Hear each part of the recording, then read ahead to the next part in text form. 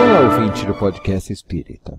O objetivo desse podcast é sempre trazer informação, explicação, para que você possa refletir e despertar o seu melhor. É sempre um prazer estar aqui com você. Para você que está aqui pela primeira vez, meu nome é Miésio. Todos os podcasts estão disponíveis no site www.institutochicoxavier.com na seção podcast. No nosso podcast número 05, continuaremos a falar sobre reforma íntima para pessoas comuns. Hoje falaremos sobre o subtema Orai e Vigiai. Hoje eu vou passar um relato de um obsessor, a maneira que ele age, como que ele faz, para que vocês possam saber como as coisas funcionam melhor, pessoal. Então vamos lá.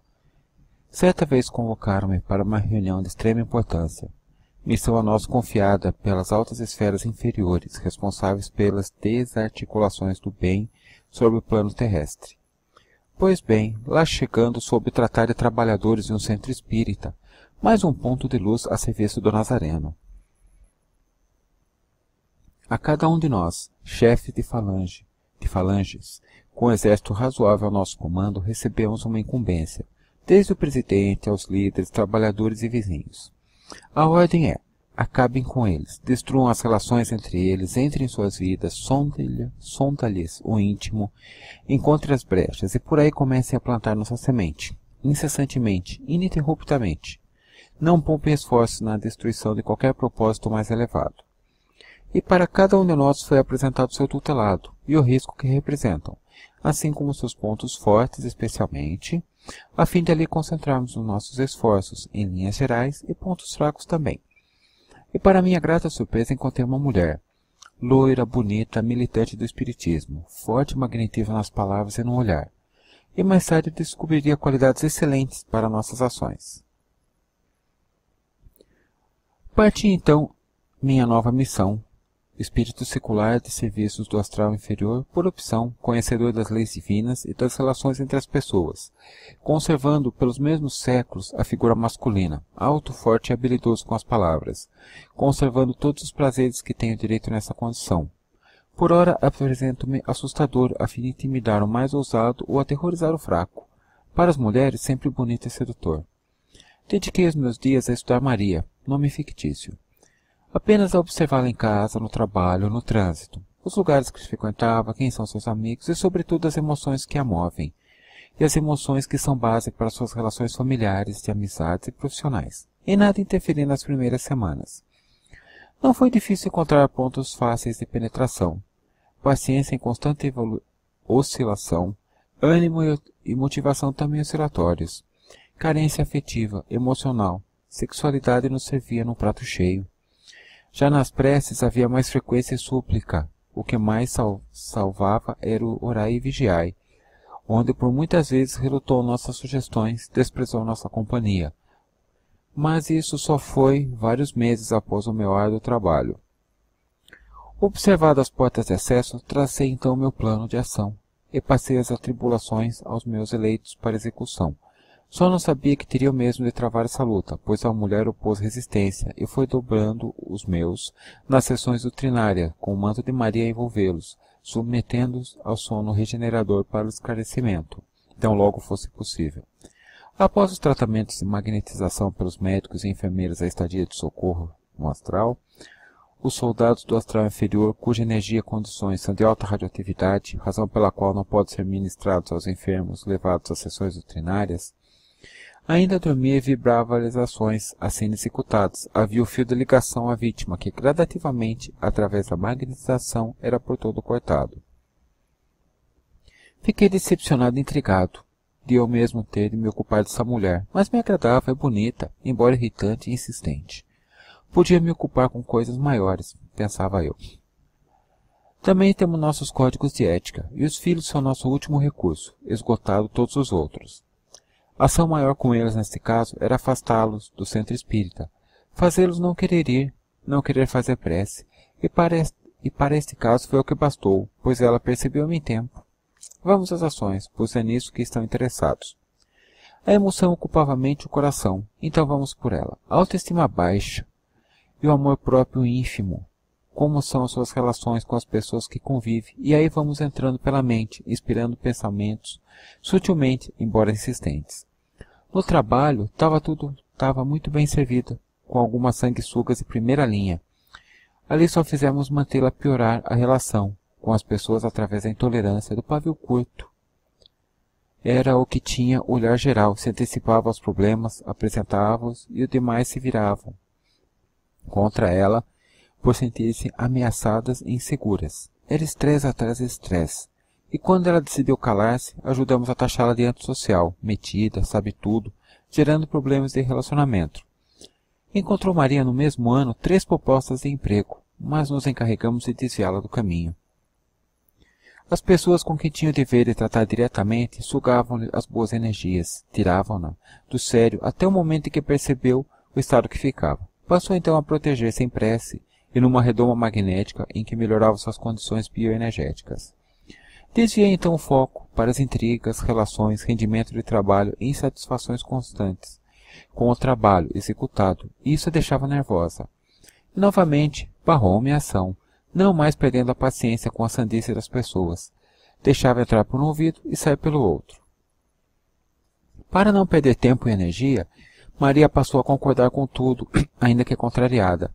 Enquanto era criticada mais e mais em suas tarefas, Maria elogiava as ações das outras, uma tática a fim de fazê-la perceber o quanto era crítica e egocêntrica.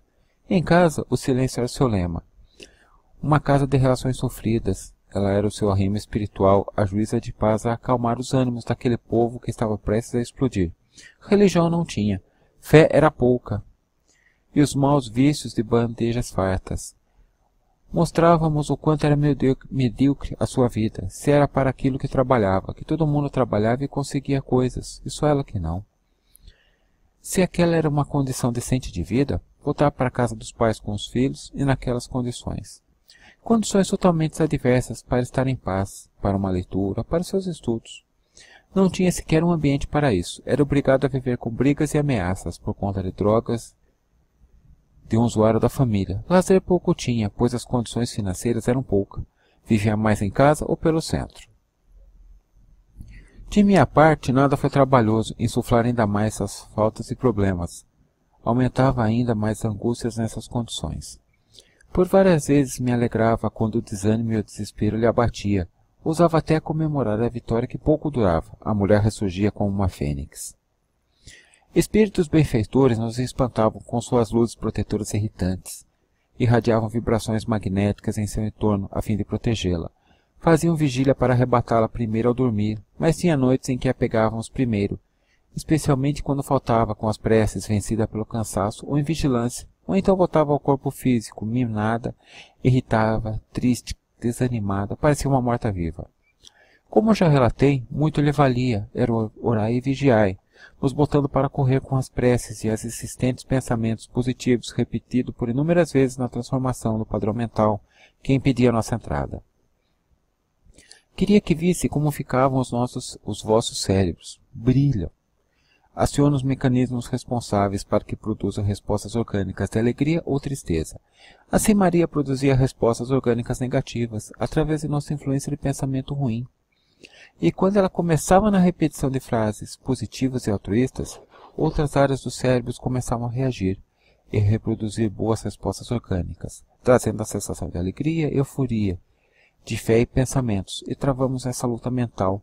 Jogamos pensamentos inferiores e ela, com orai e vigiai, novamente, pensamentos positivos.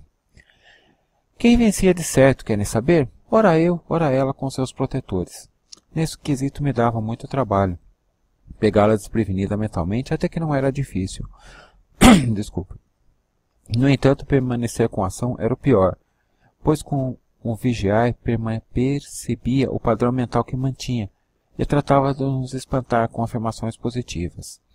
Comparado às técnicas em neurolinguística, o aprendizado pela repetição. Para mim havia uma satisfação extra especial que passou a me seduzir com as possibilidades, e para falar a verdade foi o que acabou me enfraquecendo. Vocês evitam falar de sexualidade, como se não fosse fruto dela, e por isso mesmo, desconhecem seus insondáveis mistérios. Quando o sexo é forte e proeminente nos humanos, por ele se perde, se matam, se endividam ainda mais. Julgamos marido contra mulher e vice-versa, ao apresentar-lhes outras pessoas aparentemente mais interessantes. E como são fracos pelo sexo, adentramos nos lares, desestabilizamos mentes e corações, pois com a volúpia do desejo cego vão em busca do prazer efêmero. Brigas e desavenças alteram a rotina do lar, e para mim está muito bem dessa forma. Em determinada ocasião, Maria encontrou um homem de caráter duvidoso e interesseiro, e envolveram-se numa relação ruim, desde o princípio, apenas com poucos momentos bons. Não conseguia entender por que se interessava por um homem que não tinha nada a ver com ela. Não era bonito, não agradável, por que gostava dele? O rapaz anda bem acompanhado de espíritos apegados à materialidade, ao sexo, especialmente, e só fizeram botar fermento nessa relação.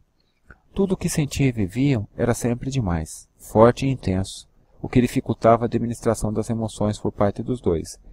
E desse modo, a relação quebrava as pernas dela, termo que ela própria definia, sentia saudades demais, amor demais, falta demais.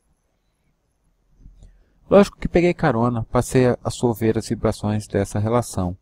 Fiz os dois marionetes, e que cedesse primeiro as minhas sugestões, eu estava sempre no lucro. Ela era durona, logo a mais resistente, mas ainda assim não desistia da influência, a fim de mantê-la acesa a chama da paixão, entre eles. Assim, quando ele se aproximasse, ela cedia com maior facilidade. Fazia pensar no outro dia, e se bobeasse, dormiam e acordavam com os pensamentos interligados. Teve um dia que foi inusitado e fácil demais. Ele chegou perto do centro espírita em estado de graça, muito em paz, com a sensação de dever cumprido. Quando ela se deitou, eu me deitei ao lado, na forma do moço. Ela identificou sua presença. O seu cheiro juntou-se a mim, se confortou e assim dormimos juntos naquela noite. Tirei-a dos meus braços antes até de dormir. Lógico que Maria acordou mal e, ao se recordar do ocorrido, ficou aborrecida consigo mesmo pelo erro que cometeu. Desejavam-se sexualmente com intensidade, claro, pois a intensidade era sempre da nossa parte. Ele não correspondia exatamente ao que ela desejava, mas ganhava em algo que Maria dominava de diferente das outras. Ela, com a libido muito acima da normal nas mulheres, era de fato diferente de tudo que eu já tivera experiência, e aí ele se amarrou. Era o que sempre quisera numa mulher, mas nunca achou que teria. Ficou surpreso, encantado e enfeitiçado como o brinde nosso. Pensava ele de fato em Maria ser espírita, não fosse tão despachada com o sexo. Jurava ele que jamais imaginava que fosse assim, e foi com essa surpresa que o impactou. Sei que não posso ser detalhista nessa questão, mas tentarei dar uma ideia geral das ações com a sexualidade, muito embora ficassem surpresos em saber como agimos nessa questão.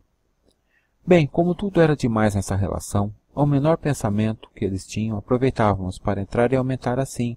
Os dois nos serviam, com os poucos encontros sexuais. Na maior parte do sexo estava na cabeça deles. Ele se deliciava com os momentos que tinha conhecido e vivido sexualmente com Maria.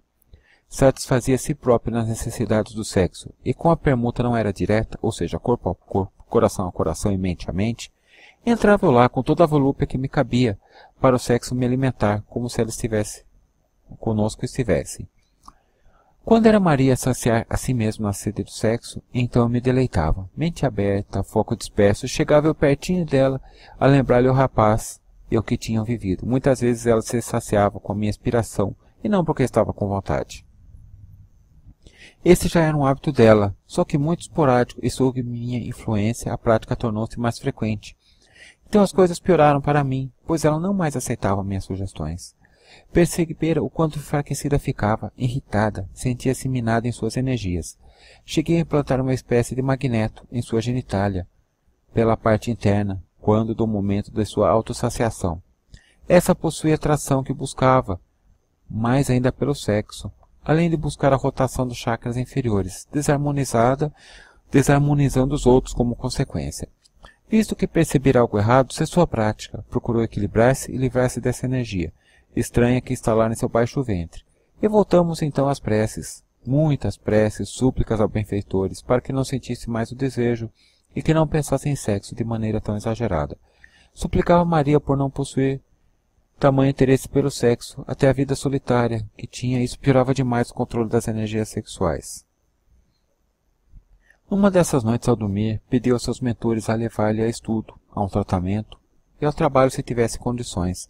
Foi então levado a um posto assistencial médico-espiritual, e numa ação que perdurou por uma noite, foi retirado dela o pequeno e hábil magneto. Ela se recordou desse socorro em forma de sonho. Fechadas as portas do sexo, tinha que abrir outras então. Passado 2 anos, sugeri que um e-mail fosse enviado ao moço do passado, e foi o que bastou. Acho que uns 30 dias depois já estavam um nos braços dos outros, a trocar juras de amor e matar a saudade. E como ela enfraquecia pelo descompasso das emoções, por tudo ser demais entre eles, para mim foi só alegria. A alegria durou bem pouco. Como ela estava relativamente mais equilibrada, vigilante, fé mais fortalecida, autoestima e amor próprio em alta, meus planos não foram longe. E encontraram-se pessoalmente apenas 2 vezes e sem sexo, pois se isso tivesse acontecido, me serviriam por muito mais tempo. Ela se entregou ao Nazareno pela incerteza da relação e da situação, com a afirmação categórica de que só ficariam juntos se fosse o melhor para todos os envolvidos, no que foi prontamente atendida. Ele, o mesmo homem de caráter duvidoso, imprevidente e imaturo, deu um tiro no próprio pé e foi pego em mentira, em atitudes de má fé, e dessa forma perdeu meu álibi. Ela se assustou com tamanha audácia do homem, tremeu, mas entendeu o recado do Nazareno. Ele não é o melhor para ela. Seu coração parece que gelou em indiferença por ele, como se nada houvesse acontecido. Não nutria por ele raiva nem amor. Como alguém poderia ser tornada para outro, isso me intrigou. Eu continuo a trabalhar nos pensamentos deles. Para quê? Quem sabe acha uma recaída. Afinal, depois do ocorrido, ele tentou investir após o erro fatal.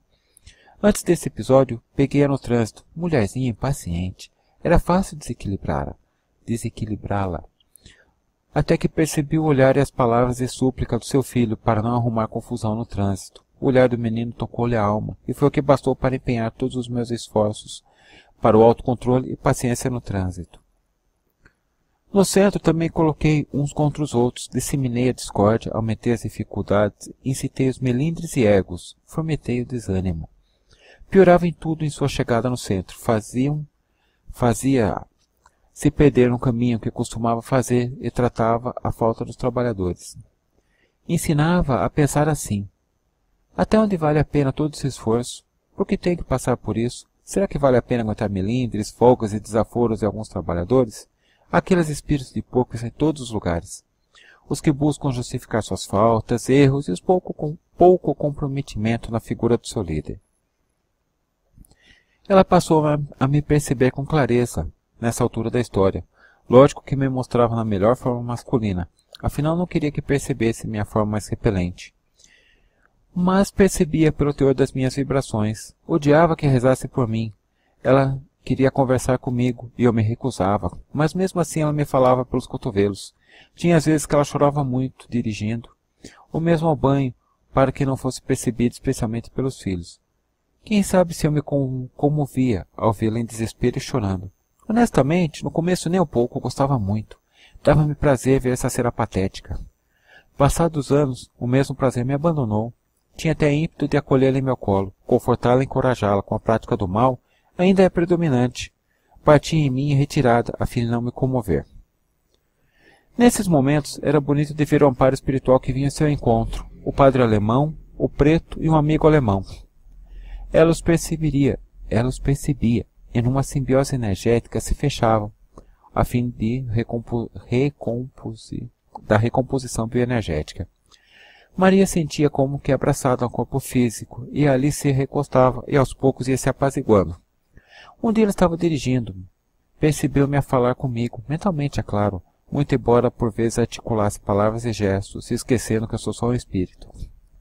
Perguntou meu nome, e eu disse que isso pouco importava, mas podia me chamar de Humberto, nome que eu gostava e ela também. Perguntou-me por que eu não vinha com ela, por que não entregava os pontos e passava para o lado bom. Disse que seria uma boa criatura e que Deus me receberia amorosamente, e poderia então ajudar os outros em lugar de atrapalhar, e estaria feliz. Lógico que recusei, mas confesso que o astral inferior me encanta menos. Não tenho laços de afeto ou desafetos com essa mulher, muito embora passamos a criar laço com os anos de convivência, mais ou menos próximo. Estou apenas no cumprimento do meu dever. Quem está quebrando minhas pernas agora é ela, pelo quanto tenho observado. Quanta resistência e quanta fé a salvar essa mulher. Sinto-me até um covarde. Um ataque vil a uma pessoa com uma vida tão difícil, com tanta diversidade, e um coração a sangrar e a doer, e ainda a servir em nome do Nazareno.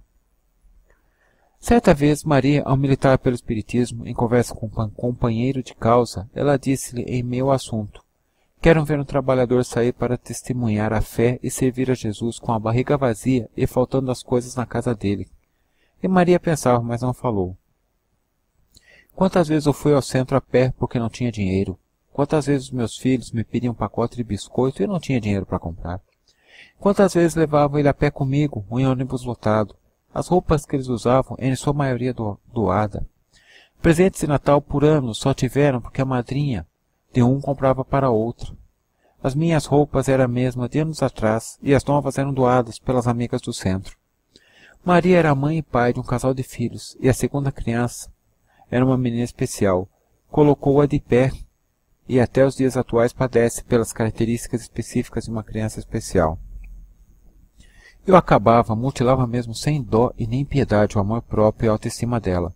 Já disse que essa mulher é muito bonita e elegante, pois a elegância nada tem a ver com pobreza. Consegui por período fazê-la acreditar que é feia, corpo não desejável, incapaz, fracassada e que nenhum homem se interessaria por ela, e até hoje ela luta arduamente para crer no contrário.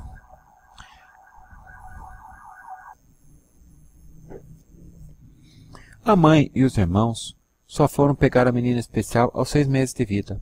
Não facilitavam em nada a vida dela, não ajudavam a cuidar das crianças, e quando a moça que cuidava dos filhos dela faltava, Maria também se ausentava do trabalho, com uma mãe e 2 irmãs em casa sem trabalhar.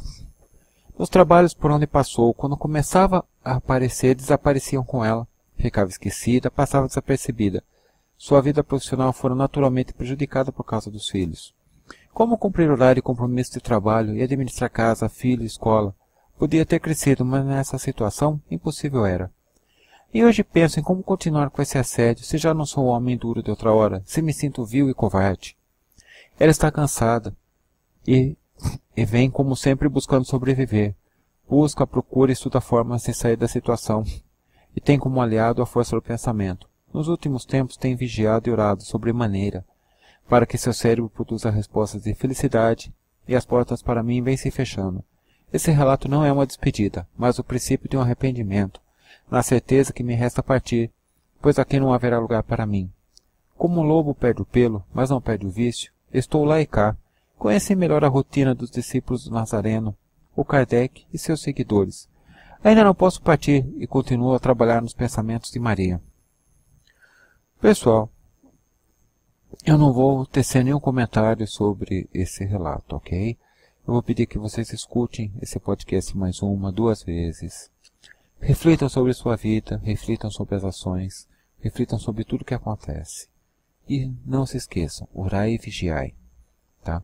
Vigiem todos os seus pensamentos, todas as suas ações. Ore sempre ao nosso bondoso Pai, Jesus, aos nossos bons irmãos espirituais que estão sempre a nos ajudar. Um grande dia para você, uma grande semana, um grande abraço e até o nosso próximo encontro.